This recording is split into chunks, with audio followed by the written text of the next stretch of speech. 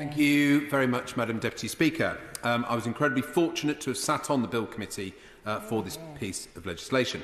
And it's clear, whilst opinions differ on details, we all share a common goal of tackling crime in a meaningful way so that we can make people feel safe in our communities again.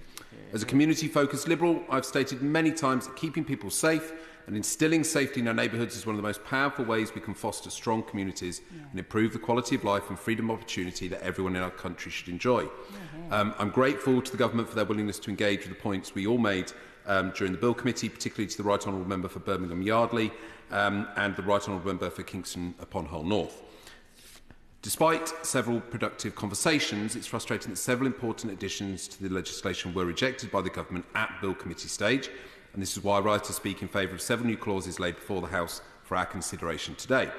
And while several of those closest to my heart regarding community policing, knife crime and stalking are not before this House today, I feel that there are several pressing new clauses that I must speak to insofar as they pertain to what should be fundamental rights in our country: the right to freedom from oppression and the right of access to proper healthcare for women. I also note the Honourable Member for North West Cambridgeshire and congratulate his courage for his speech earlier, and do encourage the Government to consider those clauses if they do come back from the Lords, if not before. On Amendment 19, spiking, I'd like to start by expressing my support for the Amendment 19 tabled by the Honourable Member for the Isle of Wight East. Spiking is a horrendous offence and a deeply violating act of harm and potential exploitation that must be taken with the utmost seriousness. In the Bill Committee evidence session, we heard from Colin Mackey, who is the chair and co-founder of Spike Away UK.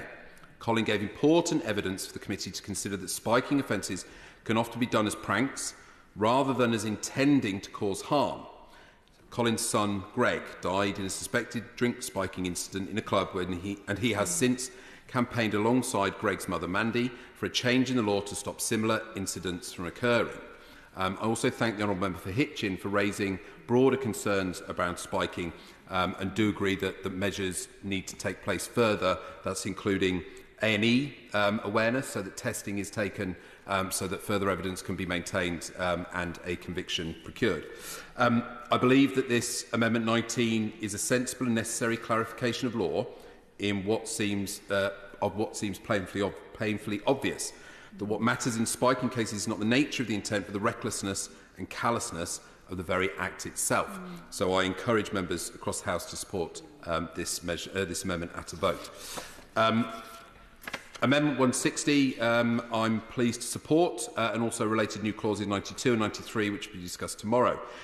Taken together, these form vital safeguards on the rights to protest, and they would for the first time subject facial recognition technologies to the proper scrutiny of a regulatory framework and enshrine the right to protest too. I know from many in my constituency of Sutton and Cheam and from campaigning groups like Liberty that these are long overdue measures and indeed provide much needed clarity to police forces as they go about using new technologies to fight crime. It's something that police forces themselves are asking for, and I'm looking forward to a briefing later this month from the Minister on that subject. In particular, Madam Deputy Speaker, I'd like to remind the House that Hong Kongers in the community are deeply worried about the impact of unregulated use of facial recognition technology on our streets and fear that, if compromised, it could provide a powerful tool to the Chinese Communist Party in their transnational oppression of Hong Kongers right here on our streets in Britain. We know that facial recognition technology can be a powerful tool for police forces as they go about trying to keep us safe. But as with any new technology with great capacity to infringe on our liberties in daily life, it must be regulated properly. Liberal Democrats have a proud tradition of standing up for those civil liberties, arguing that we must never throw them away or sleepwalk into surrendering them. So it's right this Liberal Democrat amendment is in that tradition. It would make sure that facial recognition technology cannot be used in real time for biometric identification unless certain conditions are satisfied, not least preventing or investigating serious crimes under the Serious Crime Act 2007, public safety threats like terrorist attacks, and in search of missing vulnerable people. It would also make its use subject to judicial authorisation, with a judge needing to approve its use and appropriately define its scope, duration and purpose. These regulations would make for safe use of this important tool, protecting our civil liberties whilst also keeping us safe from crime. Women will be impeded with their access to abortion services as a consequence. I will. I thank the honourable gentleman for giving way. Does he agree with the advice from the Royal College of Obstetricians and Gynaecologists, the Royal College of General Practitioners, the Royal College of Midwives, the Royal Pharmaceutical Society and the Faculty of Sexual and Reproductive Health and the BMA, who all know much more than we do about the issue, to vote firmly against NC 106 because it makes women more vulnerable. I thank the honourable member for that intervention. I agree with them and I agree with him. And I want to come to a final. Order, order.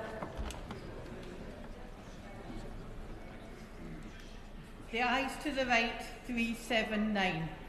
The noes to the left, 137.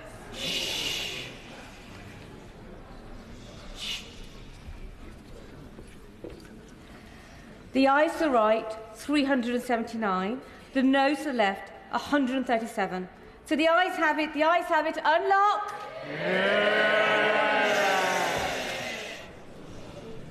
Order, order.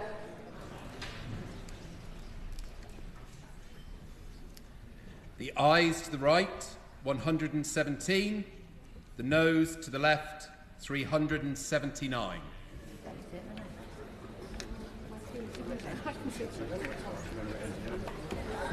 The ayes to the right, 117. The noes to the left, 379. So the noes have it. The noes have it. Unlock.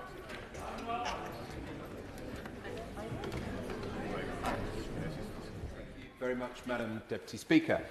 I'd like to start by demonstrating my support for new clauses 85 and 86, which deal with neighbourhood policing.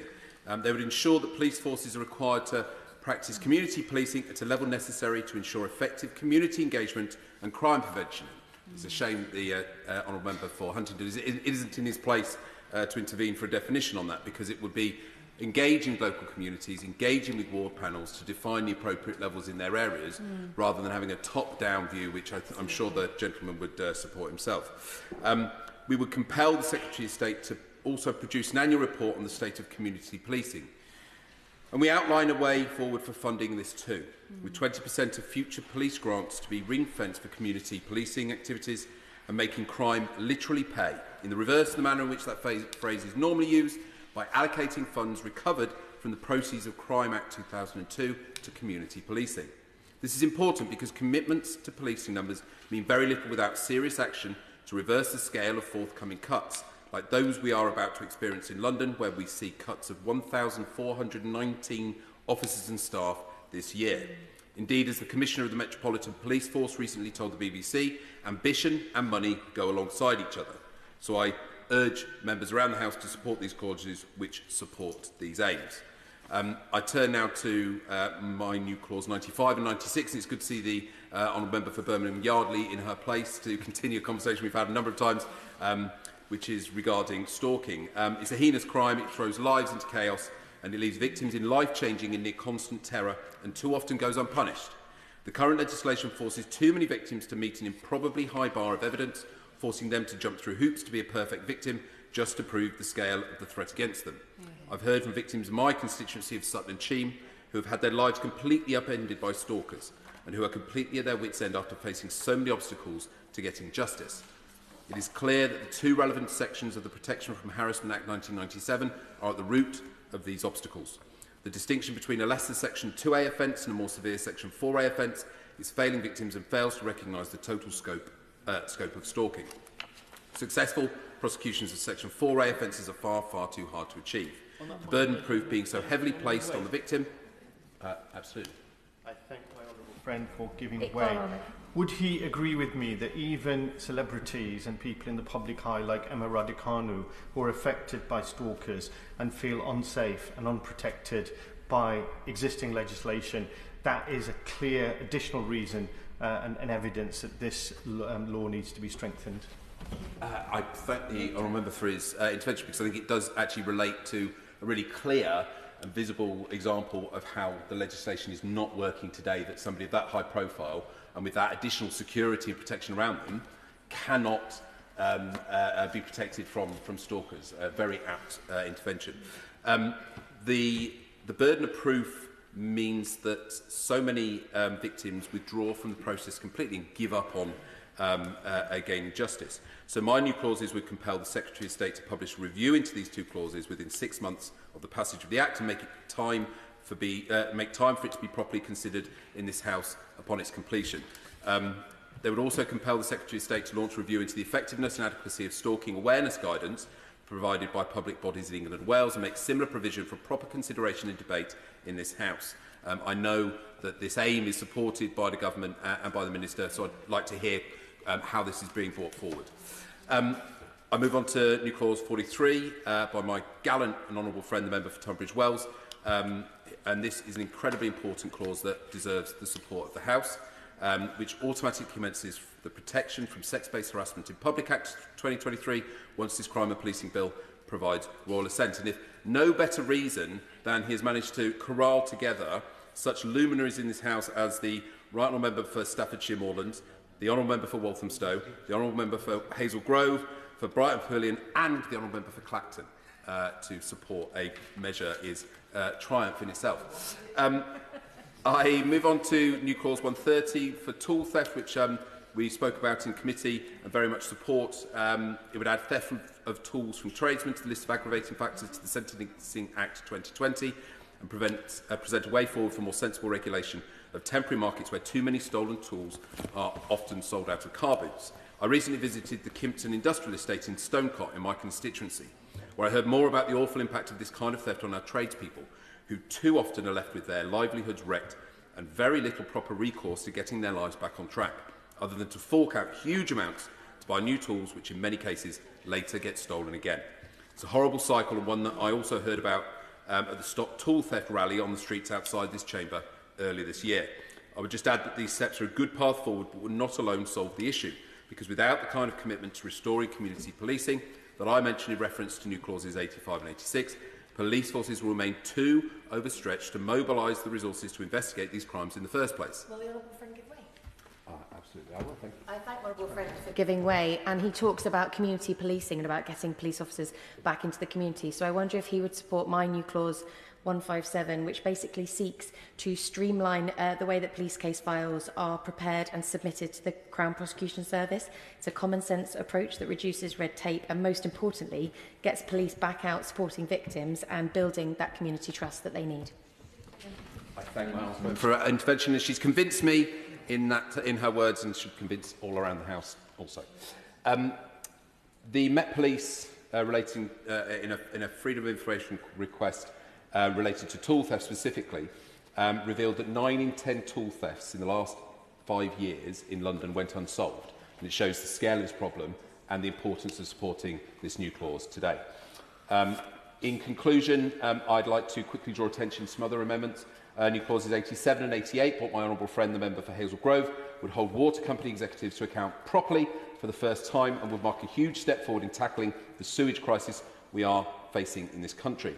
These individuals should be held liable for their carelessness and fixation with raising bills whilst running companies into the ground and ruining our rivers. I wish that I had much more time to outline my reasons for supporting these clauses, but I refer the House to my many prior contributions on this subject. New clause 44, brought by the Honourable Member for Bolton North East, would mark a step forward in providing support to victims of honour-based violence and murder.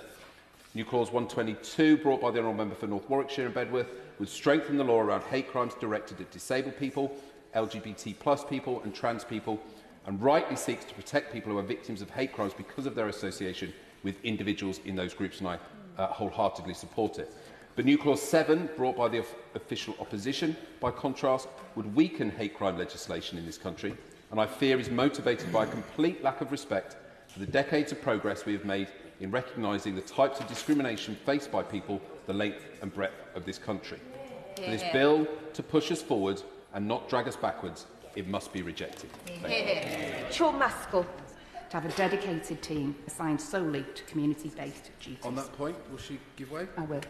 I thank my honourable friend for giving way. Was the honourable member for Hazel Grove as surprised as I was to hear the contribution from the Conservative member for Huntingdon, who seemed to ridicule the concept of having a minimum level of policing for communities, which would surely protect them and help to prevent thefts of farm equipment, which was the example he gave in his contribution. thank my honourable friend for his intervention. I don't know why anybody would be against a minimum level of neighbourhood policing. It was in this government's manifesto that they want to see a proper restoration of neighbourhood policing. It's the model that has the most trust, the most support from my community, and I'm pretty sure everybody's community, and it seems frankly daft to oppose such a measure.